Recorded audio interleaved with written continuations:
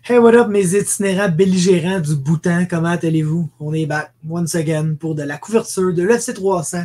Puis en matin, c'est les best bets, moi, les meilleurs paris, vous voyez, parce que sur cette carte-là, c'est une grosse carte. Je sais que quand c'est une grosse carte, les gens peuvent mettre un petit peu d'argent sur les combats. Ça rend la chose excitante. Puis il y a moyen de faire de l'argent sur ces cartes-là, il y a moyen d'en perdre beaucoup aussi. Je vais essayer de vous guider à travers tout ça. Comme un berger guide ses brebis égarées à travers la clairière. Donc voilà, très profond tout cela. On va juste checker chacun des fights à la carte là, d'une perspective de betting, voir qu'est-ce qu'on fait pas, qu'est-ce qui est une bonne idée, qu'est-ce qui est une mauvaise idée. Et puis, ben, je vais vous montrer mes stats avant, même. J'ai envie de boost mes stats un peu, juste vous montrer, tu sais, comme. Parce que peut-être vous dire, c'est le gars, man, Faber, là, pourquoi t'écouterais un matin? De quoi tu parles, Chris? Fait que je vais vous montrer. Okay, bon. Partagez ça. Boum, voici mes stats cette année en MMA. À date, 66 bets réussis sur 114 pour une moyenne de 57% des bets qui ont caché. J'ai gagé 420$ en tout, les gars. Sur 114 bets, je gage beaucoup par combat, comme vous pouvez voir. Mais quand même, 541 en retour, 121$ de profit, les chums. T'sais, on est 52% sur le money line. Bizarrement, les parlays à 3 là, marchent presque à tout coup cette année.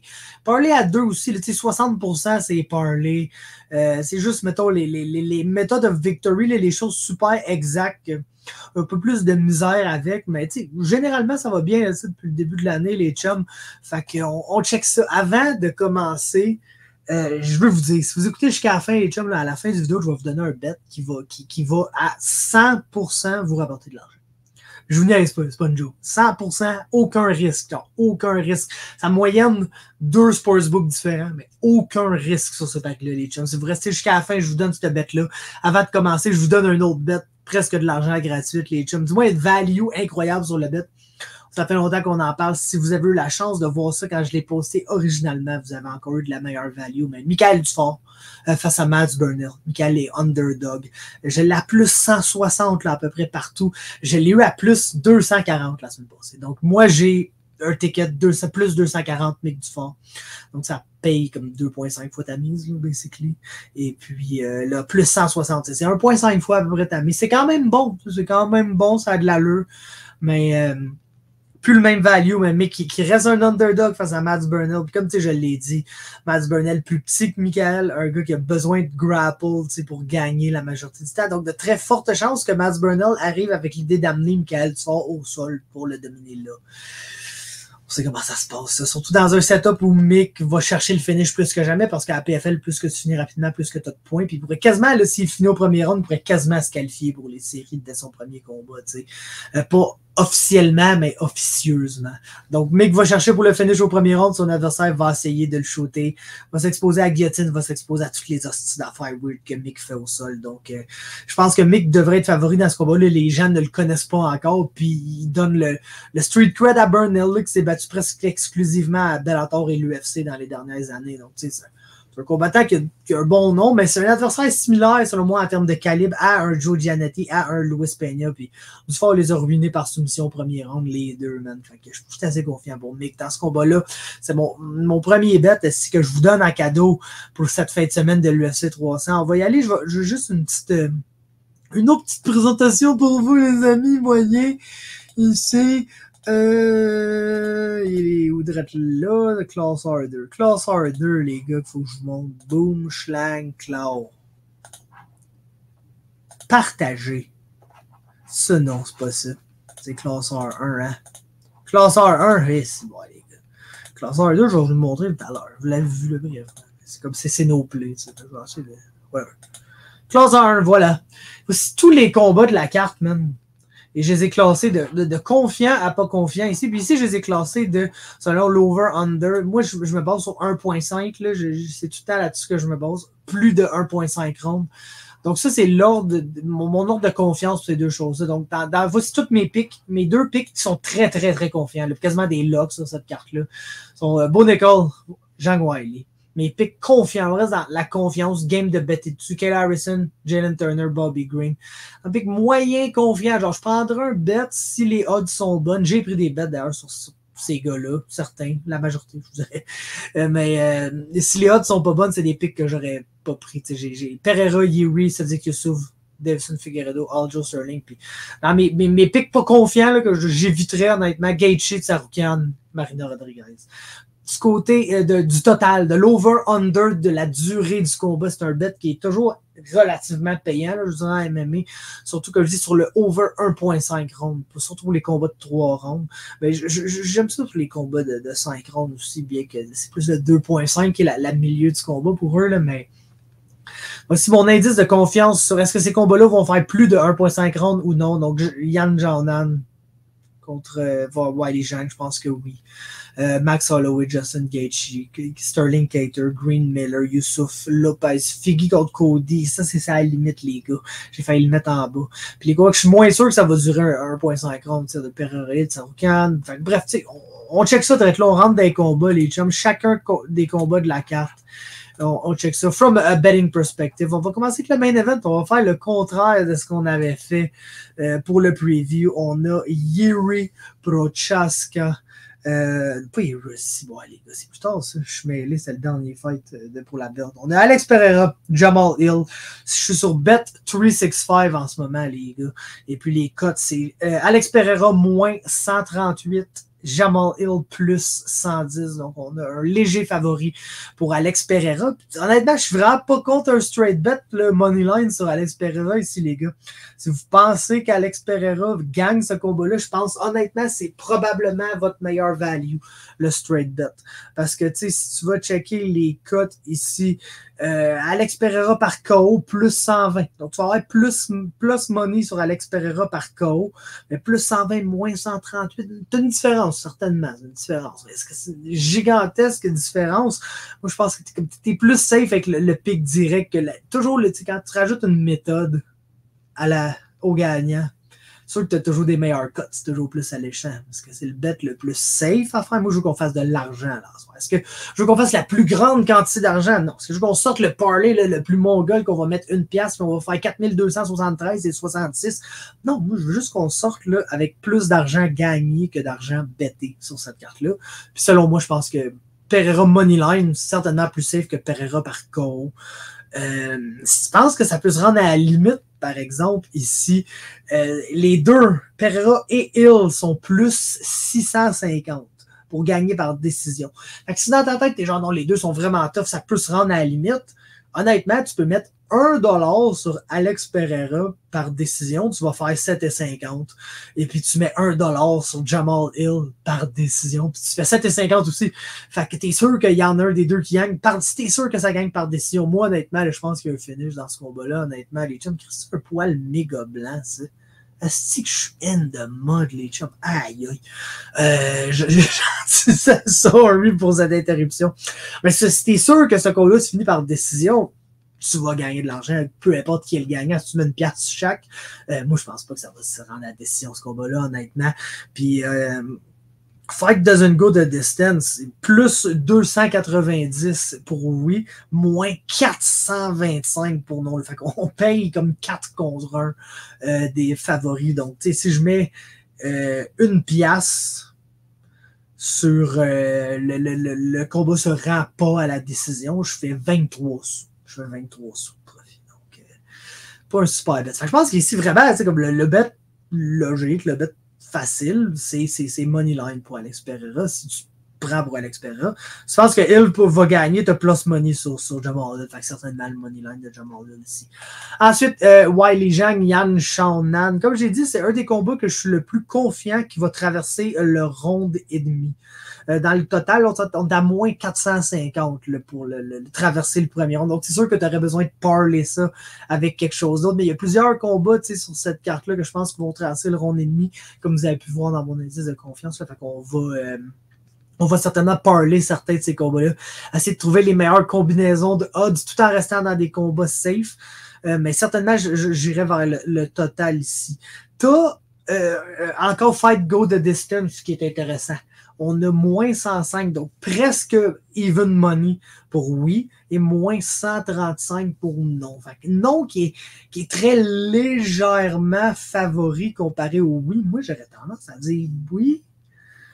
Bien que, tu sais, Wiley Zhang peut finir Yang Jianan, mais c'est sûr que comme après le combat contre Amanda Lemos, on a vu que Wiley Zhang, elle va checker son finish, mais si elle n'est pas confiante qu'elle va l'avoir, elle ne va pas nécessairement courir après non plus. Fait que, je peux comprendre que le combat ne se rend pas jusqu'à la décision, est légèrement favori ici sur le combat se rend à la décision, mais les deux payent un assez bon prix, peu importe sur quel side que tu es ici.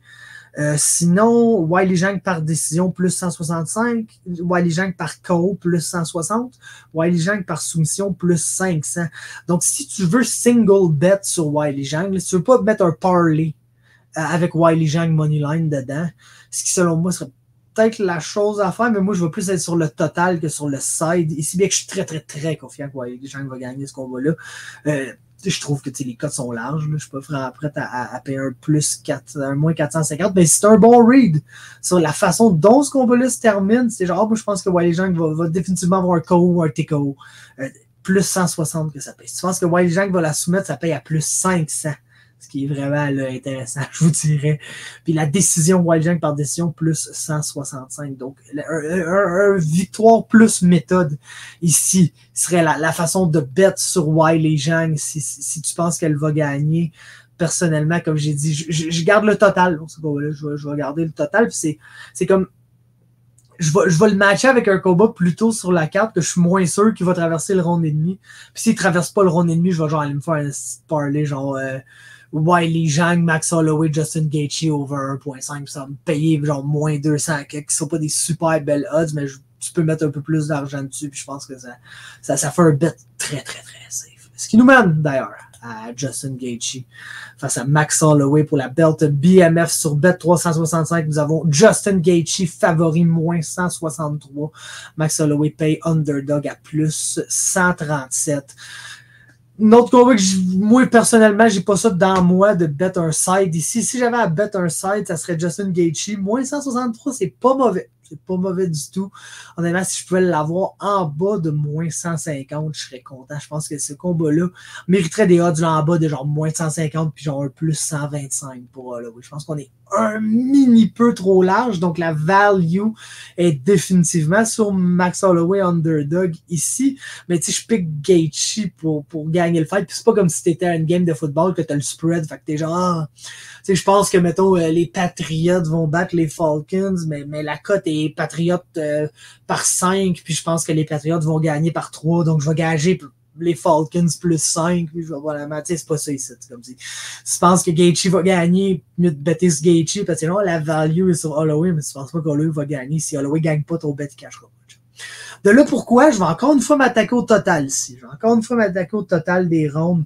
Je pense que ces deux gars-là là, sont tellement tough. Là, sont tellement tough que je pense pas qu'il y a vraiment beaucoup de façons qu'on voit pas au moins 1.5 rounds ici. Puis après ça, 2.5 rounds est à moins 240. J'aime pas vraiment ce prix-là. C'est moins 450 pour 1.5 rounds. Mais comme j'ai dit, c'est absolument quelque chose qu'on va parler. C'est pas quelque chose qu'on va bet en solo. Pour ce qui est de Fight Goes the Distance, moins 115, oui. Moins 125, non. Je pense que je vais peut-être bet Fight Goes the Distance ici. Honnêtement. Mais calice, man, fuck. C'est parce que Gaethje prend des esprits, puis Holloway...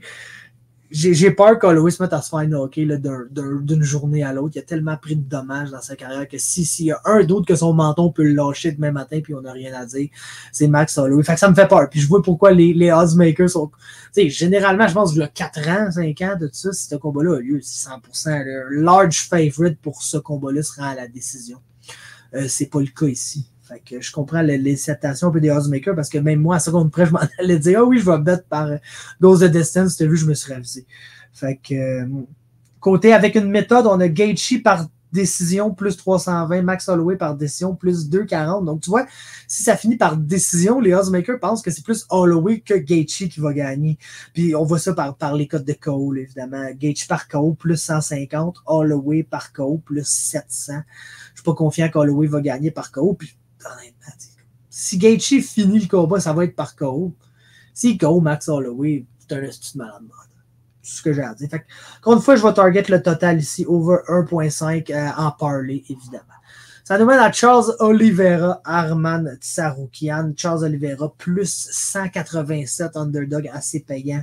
Moins 225, le favori pour Tsarukyan. Puis, autant c'est comme un de mes combats les moins confiants sur la carte. Ça va des deux bords. Je pique Tsarukyan, mais comme jamais je vais payer moins 225 sur Ariane Tsarukyan. Jamais. Jamais, jamais. Si tu veux bet sur Charles Oliveira, la seule chose que je vais te déconseiller, c'est de le mettre dans ton parlay, man. Je vois beaucoup de gens qui veulent prendre des parlays parce que, ah oui, tu sais, Oliveira est underdog, fait que ton parlay devient genre méga payant, là, si tu mets un underdog. Tu sais, mettons, on y va pour le fun, si je fais un parlay de là, Wiley Zhang, Kayla Harrison, qui sont les deux plus grosses favoris en dehors de Bo Nickal, mais tu touches pas à Bo Nickal là-dessus, les gars. Là, ça, c'est pas la première fois que je vais vous le dire, ce sera pas la dernière. Tu ne touches pas à Bo Nickal à ces odds-là, ça ne vaut pas la peine. Mais mettons, je prends ces deux, Kayla, Wiley Zhang, à moins 450, les deux, sur Bet 365. Ça me paye moins 205 pour le parlay. Je mets soudainement Charles Oliveira sur ce parlay-là. Je me retrouve à plus 329. Donc, si je mettais 100$, mettons, ça me paierait 462 et 42 pour la victoire. Fait que, c'est ça, c'est très tentant de mettre Charles Oliveira dans ton parlay si tu penses que Charles Oliveira va gagner. Mais je t'en supplie, ne fais pas ça. Genre, ne fais pas ça, man. Fais des parlays avec des gros favoris. Le moins de legs possible. En haut de 4, j'ai peur. Même à 3, j'aime pas ça. Même si, franchement, toutes mes parlays de 3 legs cash cette année, à 3, j'aime pas ça. Même à 2, j'aime pas ça les parlays. Comme vous voyez, je suis pas un gars qui tripe ces risques là en général. Fait que si tu penses qu'Oliveira va gagner, le même petit 5$, un petit 10$ sur Charles Oliveira, plus 187, c'est quand même des bonnes odds de favoris. Puis, sors-toi-en de même. Ou, encore là, tu peux y aller pour un peu plus long shot de Charles Oliveira par soumission, qui est plus 450. Charles Oliveira par knockout, qui est plus 650. Parce que, logiquement, si Charles Oliveira il gagne ce combat-là, c'est probablement par finish. Genre, Tsarukyan est assez comme constant, tu sais, pour gagner des... C'est un round winner.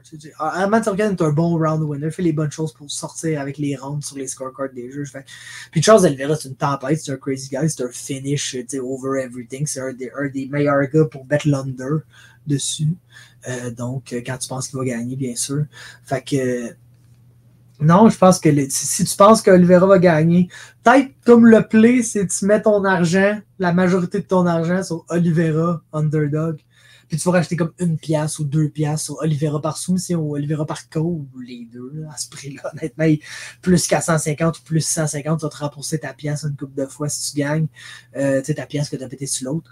Si tu penses qu'Oliveira va gagner, c'est peut-être plus ça le play que d'essayer de crisser Oliveira dans ton parlay puis de faire ruiner ton parlay de favori par un bet d'underdog qui ne cachera pas. Moi, pour ma part, man, je m'abstiens de ce combat-là. Comme je m'abstiens de Holloway contre Gaethje sur le side, bien que, tu sais, Gaethje est plus tentant à bet que Tsarukyan sur le side, mais, tu sais, gros, c'est comme... Je pense pas que Oliveira va gagner, je pense pas que Holloway va gagner.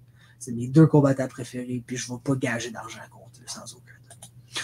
Ensuite, Bo Nickal, Cody Brundage, vous ne touchez pas à ça, les amis. Je ne veux pas voir un esti d'entre vous mettre ça dans votre parlay. Mais pourquoi, Faber? Mais pourquoi? Check ça. On rejoue le jeu. Kayla Harrison, moins 450. Ouais, les gens, moins 450. Two leg parlay me paye moins 205. J'ajoute Bo Nickal à mon parlay.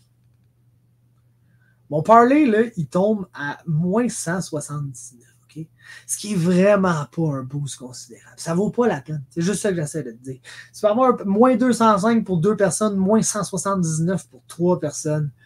Pogne le parlay à 2. Ça sert à rien. Le gars, il est favori à 20 contre 1. Il va décalisser Cody Brundage. Ça sert même pas, genre, ça vaut, il n'y a rien qui vaut à peine. Rien qui vaut à peine. Bo Nickal, par soumission, moins 163. Oh, peut-être un parcours par soumission, honnêtement. Peut-être la façon d'y aller. Parcours plus 187, par soumission, moins 163. Risque de le soumettre, mais tu sais, d'un autre côté, il pourrait le t'aider. C'est parce qu'il peut tellement faire ce qu'il veut avec, genre. C'est ça qui est triste. C'est pas comme si c'est genre, Cody Brundage, il est tough, c'est debout, il se fera pas knocker, fait que Bo Nickal, il aura pas le choix de le soumettre. Bon école peut le soumettre, il peut le KO, puis le soumettre après, il peut le soumettre, le lâcher, puis le KO après, il peut faire ce qu'il veut avec. Il peut faire ce qu'il veut avec. Fait. Encore là, c'est pas des bêtes que j'aime pour ce qui est du round, tu sais, le total. Under 1.5 round, on s'entend tout qu'on pense pas que ça va durer la moitié du combat. Là, ça va probablement finir au premier round. Donc, le under 1.5, moins 320. Aucune value là-dessus. Fait que les gars, on touche pas à ça. On ne touche pas à Bone Eagle.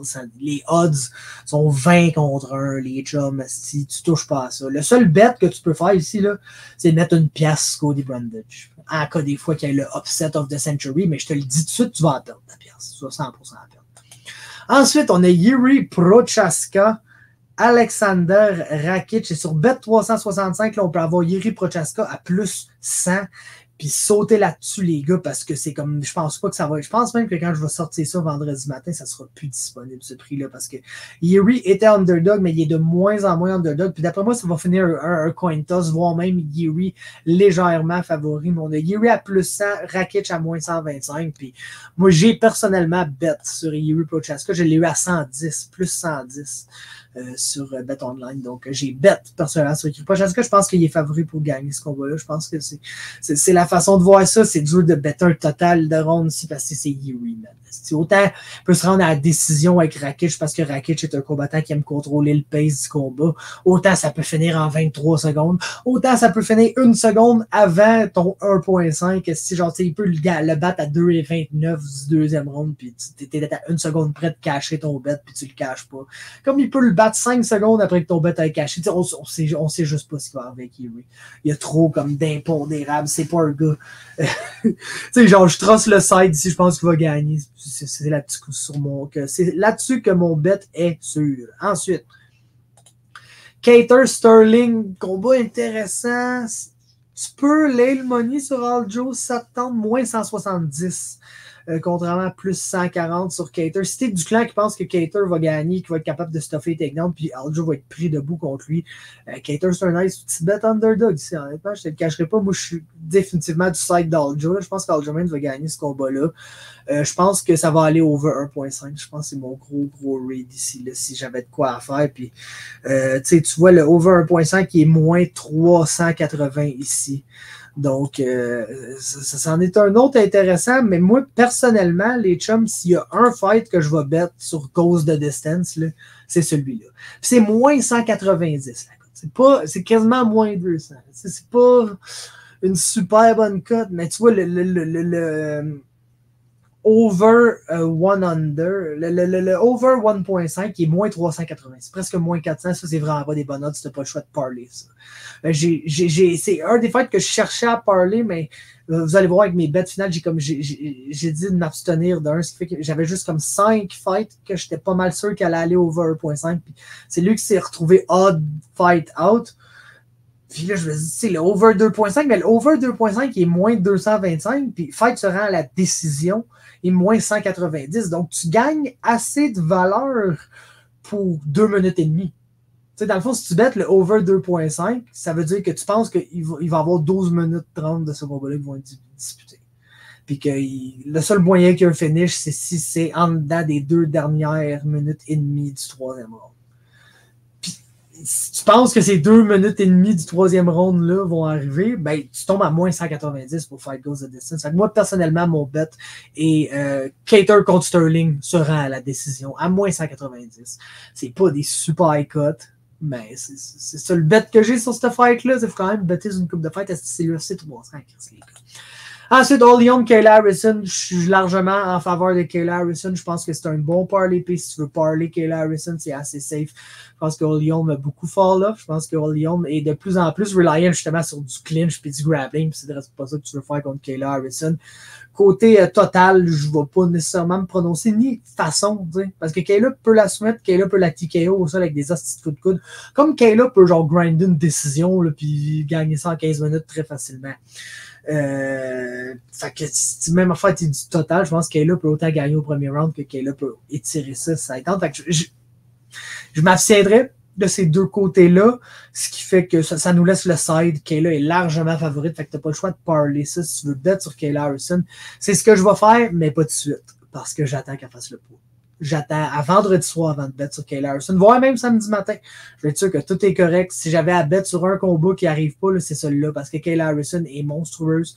Je ne sais pas comment elle va faire 135 livres, puis je ne sais pas à quel prix elle va faire 135 livres. Fait qu'elle pourrait faire le poids, puis comme tomber malade après, puis le combat été cancellé, même si elle a fait le poidd. Fait que je vais attendre ça avant de mettre mon argent là-dessus, parce que des fois, tu as des sportsbooks qui te laissent cash out, puis il n'y a pas de threat, mais là, il y en a d'autres qui, comme ils vont geler ton bet, man, en attendant que le fight soit rebook, qui vont te le push, puis que là, tu vas perdre tes bets gagnants sur tes deux autres. Fait que, avant d'être sûr que ça a lieu, je ne vais pas, tu sais, comme geler mon argent sur ça, mais oui, je vais avoir un parlay, voire même deux parlays, Kyle Harrison dedans, en tant que gagnante de ce combat-là.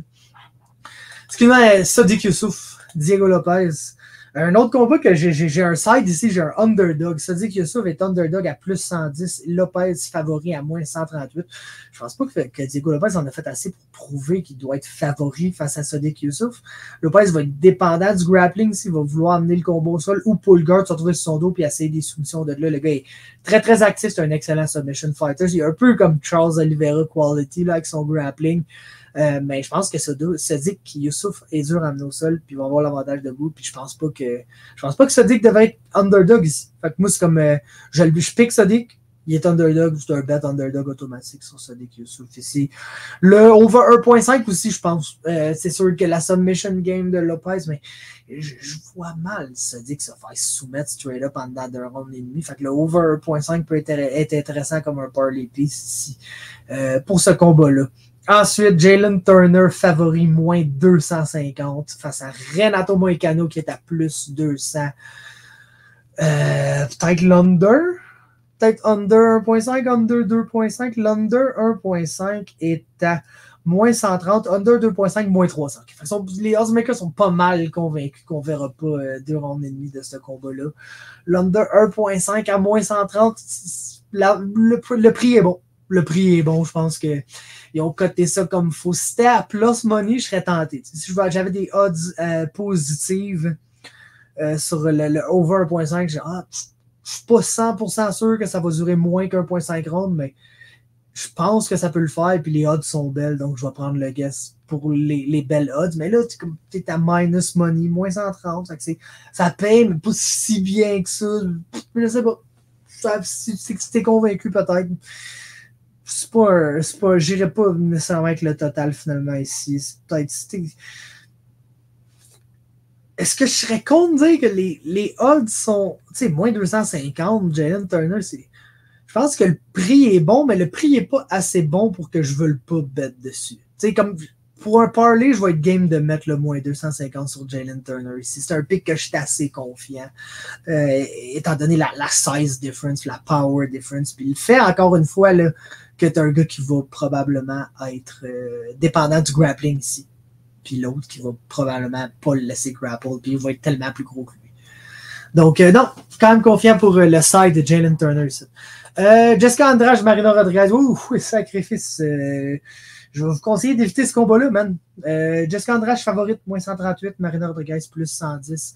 Tu sais, d'habitude, honnêtement, là, les over 1.5 sont quasiment un bet automatique pour les combats de filles, pour moi.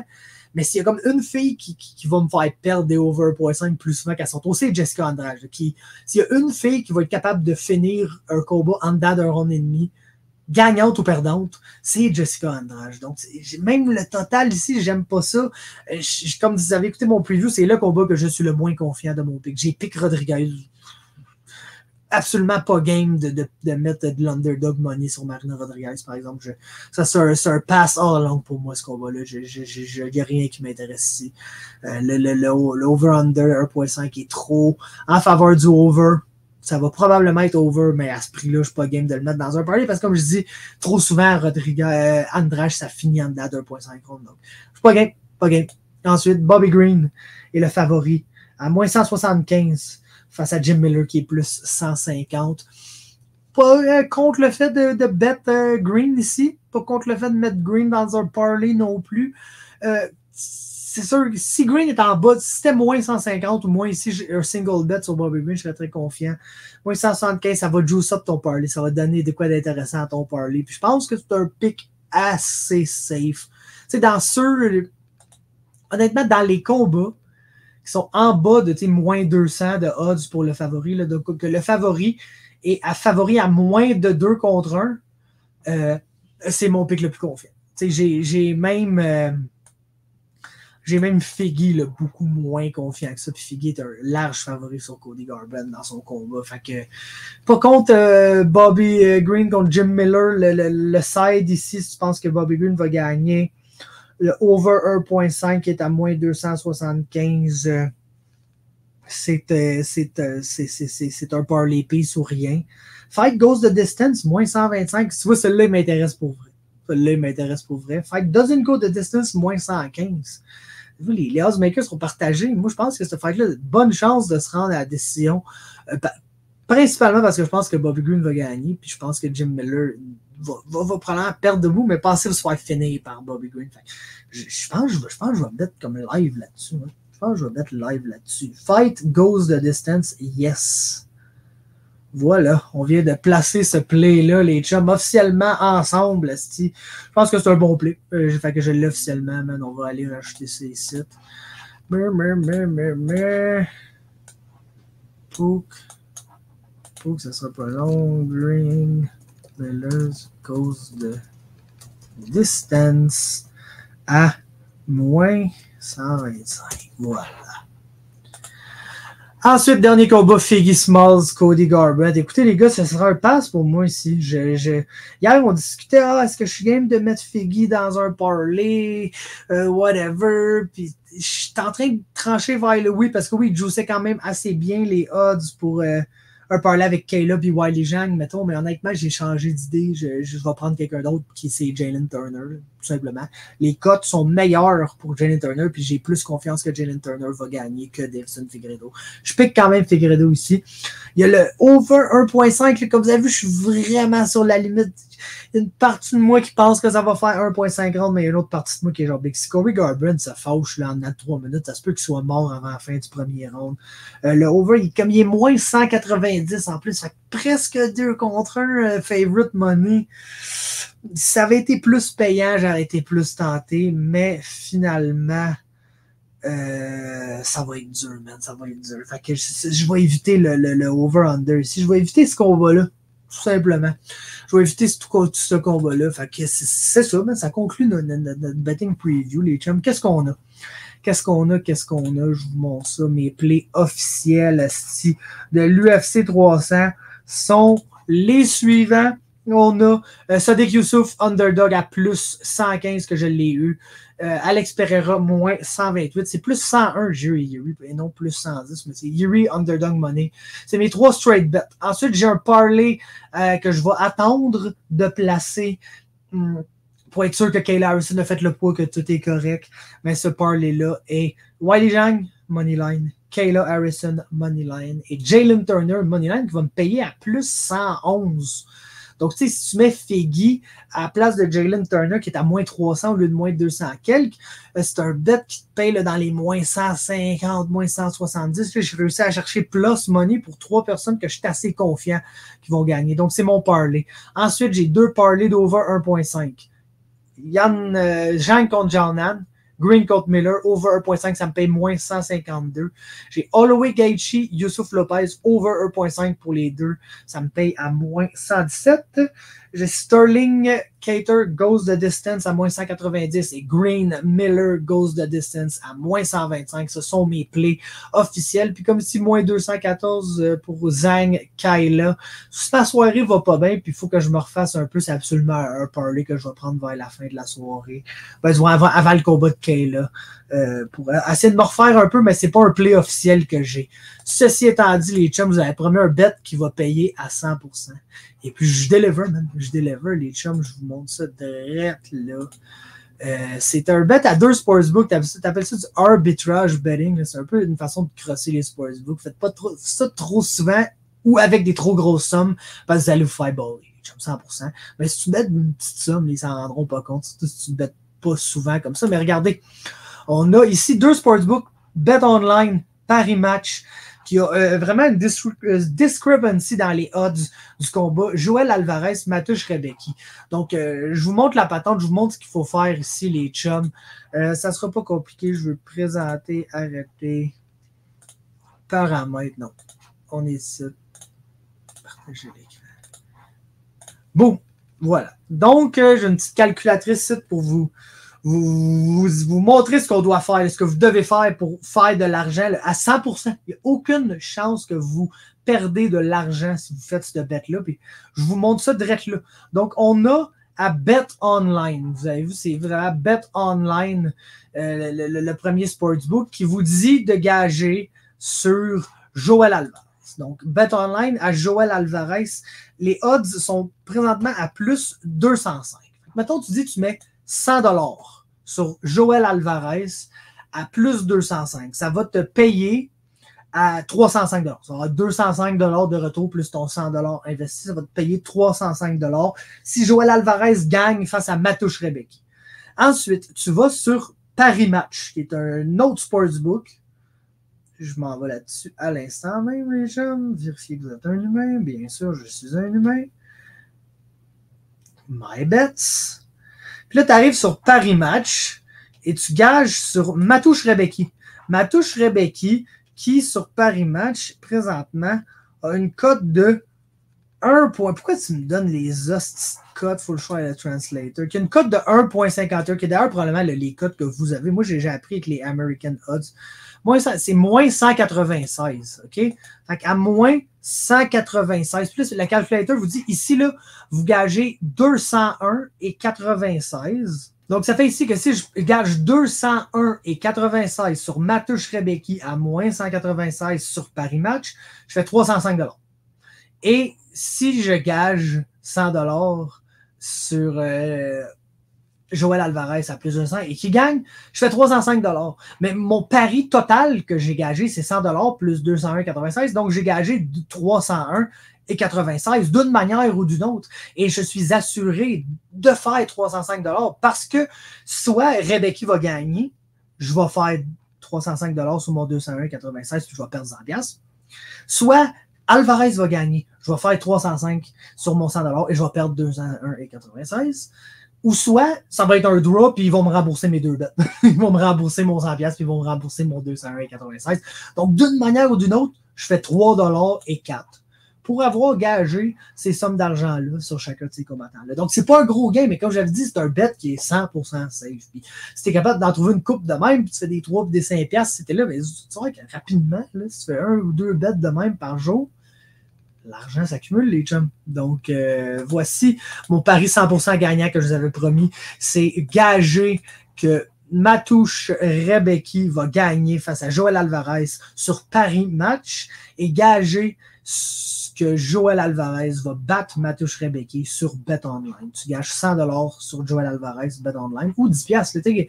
Ça peut se faire, tu gages 10$, tu gages 20$ et 2 cents sur l'autre, puis tu fais, oui, 30 cents de profit, c'est presque rien, mais tu as gagné de l'argent, les gars. Nous, vous avez dit qu'on allait gagner de l'argent, ça ne pas dit combien, c'est qu'on allait gagner. C'est sûr que si tu bets 100$, tu fais 3-4$ de profit, c'est le fun. Si tu as un cave, tu peux aller mettre 1000$, tu vas te faire un 30$, là. D'argent facilement gagné. Ceci étant dit, merci d'avoir été à l'écoute. C'était les best bets pour l'UFC 300. Veuillez follow, veuillez toute la calice, par contre, vous le savez.